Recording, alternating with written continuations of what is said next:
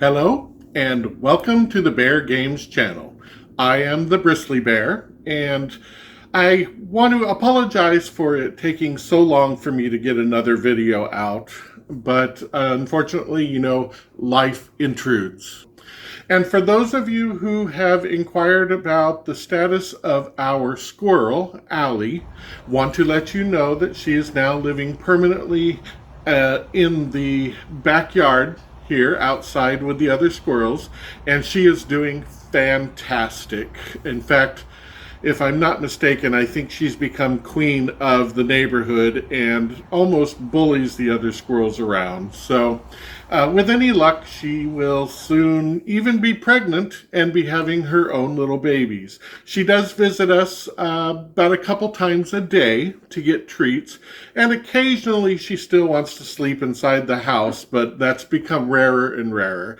Now she pretty much stays outside all the time. So I appreciate your inquiries, and I want to thank you for asking.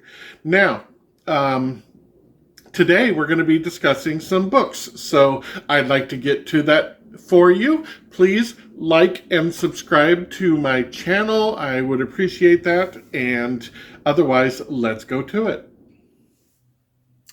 The first series that I want to introduce to you in this video is called the Deryni Chronicles, written by Katherine Kurtz. The first book being Deryni Rising, written in 1970. Now, these books are medieval fantasy and what I would also call political fantasy, which means that a large amount of what's going on in these books is political intrigues, various factions vying for control rather than actual hacking, fighting, war, etc. And I would most liken these to, for instance, Game of Thrones, which is a lot of political intrigue, and maybe even a little sprinkle of Dune, because what's going on in these books somehow really reminded me of the storylines from Dune that I read. So if you enjoy that type of political fantasy, you're really going to enjoy the Deryni Chronicles. So, as I said, this takes place in a society that is modeled after medieval Europe. And given that, it also has an extremely heavy church influence. In fact, many of the chapters actually are titled with excerpts from the Holy Bible. So it does have that heavy church influence going on. And why that is important is because there are two races within this world. There are humans, and then there are Deryni. Now, the Deryni are indistinguishable from humans. However, they have the ability to practice magic. And the church has taken a position of exceptional anti-Deryni. And in fact, hundreds of years before this book started, they went on essentially an inquisition trying to destroy all of the Deryni race. Many of them had to go underground, and they stopped practicing any type of magic in public. Go to a couple hundred years later when Deryni Rising begins, and there is still much tension. However, the King Brian, has a best friend named Morgan who is openly Deryni and openly practices his magic. So the populace has an uneasy acceptance of Deryni, because the king, of course, is pro-Deryni himself. However, the church very much is still doing everything it can to wipe the race out. So you can imagine there's a lot of tension going on there. Now, at the first chapter of Deryni Rising, King Brian dies. He's on a hunt with his retinue, and he suddenly has a heart attack. A man very much in his prime, suddenly having a heart attack, and it all seems extremely suspicious. So he dies, and he leaves behind his young son, whose name is Kelson. Kelson is just about to turn 14, and the entire first book takes place within the 2 days between Kelson turning 14 and his following coronation the day after. So Kelson is trying to navigate these waters of all these different factions that are vying for control around him. One of those factions being his mother, the Queen Regent, who absolutely despises anything Deryni, and she hates Morgan, her dead husband's best friend, and wants to see him blamed for the king's death and have him executed. There is also the church itself, which is doing everything to control Kelson and also assist the Queen Regent with the execution of Morgan. And there is a woman called the Shadowed One, who is a full Deryni, very much uses her powers and uses them for evil, and it's believed that she may be behind the death of King Brian, and that she intends to try to destroy Kelson as well, and wants to take over the kingdom. So poor young Kelson at 14 is trying to navigate all of this. Fortunately, he has the assistance and advice of Morgan, and also Morgan's cousin, Duncan, who is very high up in the church. He is a priest in the church. He is also Deryni. However, nobody is aware of that fact, because he would very much get arrested and executed for becoming part of the church as a Deryni, and would be considered a Deryni spy. So now, the one thing really going for Kelson in all of this is that it is possible for some humans to be given magical powers that are very much like Deryni powers. The Haldane royal line, of which he and his father come from, are one of the types of people that can get these powers. However, the ritual that gives them these powers is always set forth by the current king for their children who are going to take up after them. And since King Brian died mysteriously and quickly, they do not know what this ritual is supposed to be. And so a lot of what is happening between these 2 days is Kelson and his two advisors trying to figure out what this ritual is, trying to follow the clues that King Brian left behind on what the ritual is and how can they give Kelson these powers before his coronation the following day.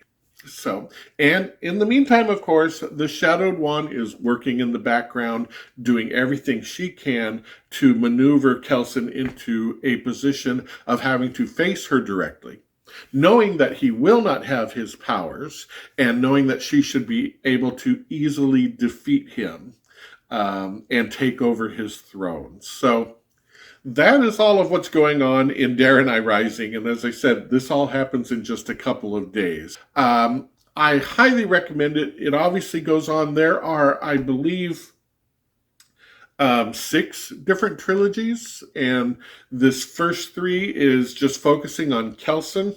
The others go back in time to 200 years ago and what was happening during the Inquisition from the church, and even some well beyond that. So if you enjoy that type of political intrigue with a little sprinkling of magic, and in fact, this book really culminates in what I have always remembered as one of the most memorable wizard wars I had ever read, happening at the end of this first book, as Kelson must face against the Shadowed One when she comes to take over his throne. So an immensely enjoyable ending to this build up to it. So give it a try. That is Deryni Rising, the first book in the Deryni Chronicles by Katherine Kurtz. Now, the next series that I want to introduce is a much lighter fare, and it is called the Discworld novels by Terry Pratchett. The first one called Color of Magic, written in 1983. Now, this is a set of humorous fantasy books that are often laugh out loud funny. They are very satirical, and they play on a lot of themes of politics and mythology, and make fun of a lot of tropes from the typical fantasy genre. They vary, each book varies on who its protagonist is, and these protagonists can range from simple postal workers to actual Death himself and his role within the world. So there are some characters that you will see appear in other books, but largely they kind of focus on a character within a certain book and what's going on in that particular part of the Discworld. Now, the Discworld itself, I should say, is a world that is literally a large disc. It is fairly flat. And the oceans are just pouring off the edges of it into space. And it sits on the back of 4 very large elephants, the disc on top of elephants, and then those elephants stand on the back of this even more enormous turtle that is slowly swimming its way through the universe. The first book, Color of Magic, features a character called Rincewind. Now, Rincewind is kind of a failed, bumbling wizard who is trying to get himself back into the magic college in the main city of Ankh-Morpork. And he takes on the job of being a guide for a visiting tourist, the first tourist in the Discworld, who is also an insurance salesman, extremely wealthy. And he takes on the job of being a guide for this insurance salesman named Two Flower while he is in Ankh-Morpork. Two Flower and his large chest of luggage with its, I think it's 100 feet, 100 little tiny feet that it runs along and ends up in its own little adventures and frequently ends up eating people, I must say. And so wherever Two Flower goes, this luggage is trying to follow him. And that becomes quite a bit of the comic relief in the books. What Rincewind and Two Flower do not realize is that the gods are playing a game up in the heavens and are using Rincewind and Two Flower as opposing pawns within their game. So you would have one god causing something disastrous to happen to Rincewind and Two Flower, while other gods are trying to cause things to happen that might get them back on track. So they have a lot of wacky, incredible adventures. They travel all over the Discworld, not really realizing that that is what's going on, that the gods are actually playing a game with them as pawns. So the Discworld books, I will say, have there's a number of movies that have come out based on that. One called The Color of Magic, and other books like Going Postal have also been adapted into generally made for TV movies. There are also comic book adaptations, and I believe even computer games that have come out based on the Discworld novels. So there is a lot to look at. If you're looking for something fun, something light, something that you could read without investing yourself too much into it. So that are the Discworld novels written by Terry Pratchett. Okay, and the third series that I want to introduce you to is called the Apprentice Adept series. And they are written by Piers Anthony, with the first book being called Split Infinity, and that was written in 1980. Now, Piers Anthony is best known for his Xanth books, which I do love. However, they have a very unserious theme. And what I prefer about the Apprentice Adept series is that it does have a much more serious tone and is not quite as wacky. This is a nice blend of very futuristic setting and also a complete magic setting, because it takes place in two different realities. And one is extremely futuristic, only science works there, and the other is completely magic and no science works there. Now, they feature a man named Style, who lives on a planet called Proton. And Proton is the futuristic planet. It is a mining planet that has been very stripped of its resources. And so the people can't live on the surface, and they all live under very futuristic domes. They have very sophisticated robots, some that are, you can't even tell the difference between a human and a robot. It's that sophisticated. On Proton, there are only two types of people. There's no middle class. There's either the very rich upper class, which are called citizens, or the very low income class, which are called serfs. And the serfs essentially live to work for the citizens. They have a primary form of entertainment, which is a lot of fun in these books, and it is called the game. It is essentially this planet's Olympics, as it becomes eventually a tournament that the best players can compete in. And the thing that makes it most appealing for the serfs is that if they win this tournament, they actually will get enough money to become a citizen.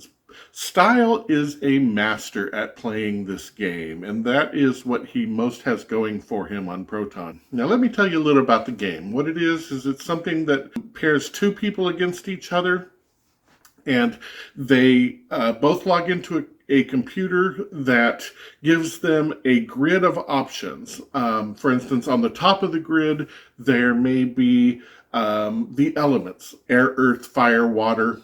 And on the side of the grid may be a list of objects. So one of them gets to choose something from the top and one gets to choose something from the side, and they don't know what the other is going to choose.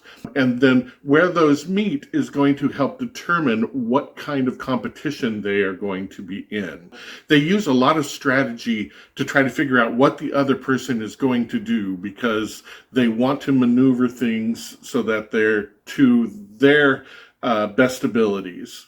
And once they've chosen one, it will go to a subcategory where, again, one of them is choosing a list from the top and one is from the columns and one is choosing one from the rows. And this goes through a number of steps until it's finally winnowed down to a type of competition that is based on all of these parameters. And then the two are pitted against each other for it. The person who wins moves up in the hierarchy and eventually can be one of the players in the final tournament. One day, Style meets a young woman who plays against him and exhibits a lot of interest in him beyond just casual. And he begins to suspect and finally finds out that she is actually a robot and that she has been sent to him specifically to protect him. She doesn't know what to protect him from, but she is supposed to protect him. And he is confused as to why anyone would do this. Obviously, it has to be a citizen, and he doesn't know who's taken this amount of interest in him. And so he is one day playing the game and somebody tries to sabotage him and kill him while he's doing the game. And as things go on, he finds out he is trying to avoid more and more somebody trying to murder him. So the machine helps him find a curtain in reality that allows him to cross over into another reality to escape whoever is trying to murder him. And he finds an alternate reality to Proton that is called Phase. And Phase is completely ruled by magic, and no science works there. Now, he discovers that the version of him on Phase has been murdered. And so whoever has been trying to murder him on Proton is also trying to murder him on Phase. This alternate of his is an adept, which is the highest level and strongest magic users in this world. So he is able to become very influential because he takes the place of his alternate and becomes what's called the Blue Adept. All of the adepts are extremely capable in their magics, but they all have a very specific type of magic, each one different. For instance, one of them may use gemstones, which they imbue with magical powers. One of them may summon demons. One could create golems. Another could create magical objects that they use, or potions, for instance. And Styles' particular style of magic is through using song and rhyme. As he becomes much more influential in this society, he begins to shuttle back and forth in his attempt to solve the mystery of who is trying to destroy him, who has already destroyed his Phase alternate self, and what does he need to do, of course, to escape this situation. So it's a lot of fun. It's a lot of fun watching him go back and forth between the two types of realities. And I think you'll really enjoy it. Now, I do have to give a caveat about Piers Anthony. He does tend to use a lot of sexual situations in his books. And unfortunately, I think he is a little bit of a misogynist. And so his portrayal of women in his books can be a little distasteful. And it certainly has been distasteful to me. I didn't notice it at all when I was a kid, of course, when I was reading these as a teenager. However, now that I reread them as an adult, I kind of have to overlook the amount of misogyny that is going on in his book. So as long as you can also overlook something like that, I think that you'll really enjoy the story. It's a very intriguing story. There is a trilogy, but it does go on with other books after the trilogy is finished. So that is called the Apprentice Adept series, written by Piers Anthony, and the first book is called Split Infinity.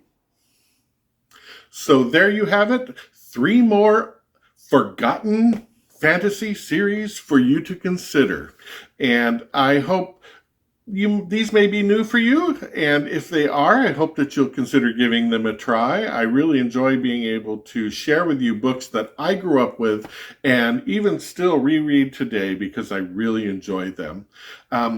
Please, if you have not, subscribe to my channel. I would really love it that you get notified of future videos that I do and new offerings of books for you to consider. And if you did enjoy this video, like it for me and make it so that other people will see it. So thanks so much. And from the Bear Games channel, this is Bristly Bear saying have a great day.